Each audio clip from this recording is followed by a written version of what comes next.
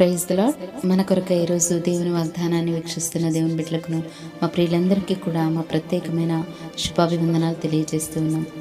ప్రభునందు ప్రియ దేవుని బిడ్డలారా, మీరందరూ బాగున్నారా? దేవుని కృపలో అనుదినము మీరు వర్ధిల్లుతారు. ప్రభు మీకు సహాయం చేస్తాడు. ఆయన మీకు తోడుగా ఉన్నాడు. మిమ్మల్ని బలపరచుటకు ఆయన ఇష్టపడుతూ ఉన్నాడు. కనుక దిగులు పడక, చింతపడక, కలవరపడక ప్రభు ఇచ్చు వాగ్దానమును బట్టి ప్రార్థించు. ఆయన ఖచ్చితంగా మిమ్మల్ని ఆశీర్వదించే దేవుడు అయినాడు. మరి ఈ దినాన దేవుడు మనకు అనుగ్రహిస్తున్న వాగ్దానము లేఖన భాగం చదువుకుందాము. 73వ కీర్తన 1వ చరణము.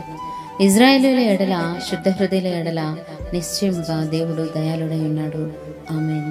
ప్రభునందు ప్రియ దేవుని బిడ్డలారా, ప్రతి ఒక్కరి జీవితంలో ఏదో ఒక విషయంలో కొదువ దేవుని కలిగి ప్రార్థన చేస్తున్న బిడ్డలు కూడా నిరాశ నిస్పృహల్లో జీవిస్తూ వారికి కలిగిన శ్రమను బట్టి ఉపవసిస్తూ అధికంగా ప్రార్థన చేస్తూ దేవుని దయ కొరకు కనిపెడుతూ ఉన్నారు.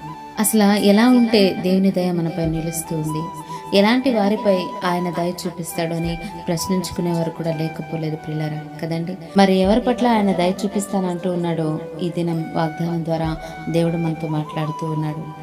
శుద్ధ హృదయుల ఎడల నిశ్చయముగా దేవుడు దయాళుడై ఉన్నాడు. ఎడతెగక ప్రార్థించే వారికి ఆయన దయాళుడై ఉన్నాడు. ఆమేన్. మనము ఎవరి వైపే చూడక భూమి ఆకాశంలో సృజించిన ఆ దేవాతి దేవుని వైపే చూస్తూ ఆయన దయను పొందుకోవాలి. కానీ చాలామంది దైవ సేవకులను చూస్తూ ఉన్నారు, మందిరాలను చూస్తూ ఉన్నారు ప్రియులారా. ఇటు అటు అంటూ పరిగెడుతూ ఉంటూ ఉన్నారు. వారి జీవితంలో అద్భుతము ఆలస్యం అవుతూ ఉందని ఆ దైవజనుడు నచ్చలేదు, నా కొరకు సరిగా దైవజనుడు ప్రార్థన చేయలేదు అని అనేవాళ్ళు కూడా చాలామంది ఉన్నారు ప్రియులారా. మొదట మన జీవితంలో ప్రార్థన సమయాన్ని పెంచాలి. అధికంగా ప్రార్థన చేయటం నేర్చుకోండి. అవకాశం ఉన్న వాళ్ళందరూ కూడా ఎక్కువగా ప్రార్థనలో గడపండి. అలా చేయటానికి ఎప్పుడైతే మన జీవితంలో అనుమతిస్తామో, ఇష్టపడతామో, దేవుడు బలమైన కార్యాలు నీ జీవితంలో చేయటకు ఇష్టపడుతూ ఉన్నాడు.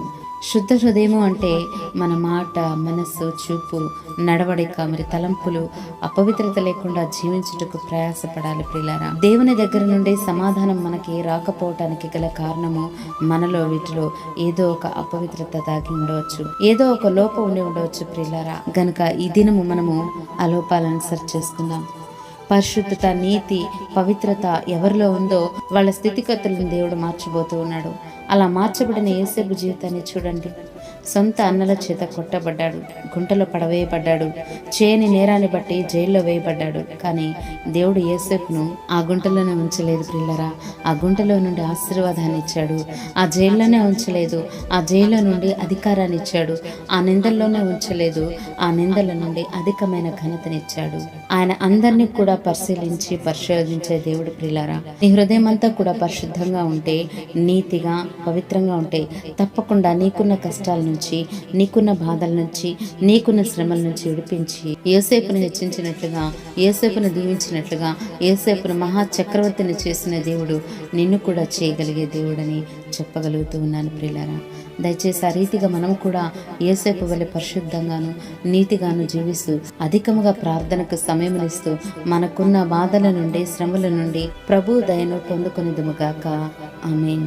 ప్రార్థన చేస్తున్నాం. ప్రార్థన. పరిశుద్ధుడు, ప్రేమ నమ్మకమైన మా పరలోకపు తండ్రి, మీకు స్తోత్రం చెల్లిస్తూ ఉన్నామయ్యా.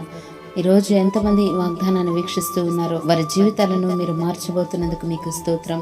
వారికి శుద్ధ హృదయమును మీరు ఇచ్చిన దేవుడు అయ్యా. మేమైతే పై వేషాలను చూడగలము, కానీ మీరు హృదయాంతరంగమును చూడగలిగిన దేవుడువు. ఎవరు ఎట్టి కష్టంలో ఉంటూ ఉన్నారో, ఏ శ్రమలతో ఉంటూ ఉన్నారో, మీ దయను కోరుకుంటూ ఉపవసిస్తూ ఉన్నారో వారి యొక్క స్థితిగతులను ఈ దినం మీరు మార్చబోతున్నందుకు మీకు స్తోత్రం. మమ్మల్ని పవిత్రపరచండి, పరిశుద్ధపరచండి, నీతియుక్తమైన జీవితాన్ని జీవించుటకు మాకు కృప చూపించమని, మాలో ఉన్న సమస్త లోపాలను సరిచేసి మీ ప్రియబిడ్డ జీవితాల్లో మీ అద్భుత ఆశ్చర్య కార్యాలు జరిగించి వారి స్థితిని మార్చమని బ్రతిమలాడుకుంటూ మీ కృపను కోరుకుంటూ యేసే శ్రేష్టమైన నామంలో అడిగి వేడుకొని బ్రతిమలాడుచున్నాను తండ్రి. ఆమేన్. God bless you all. Amen.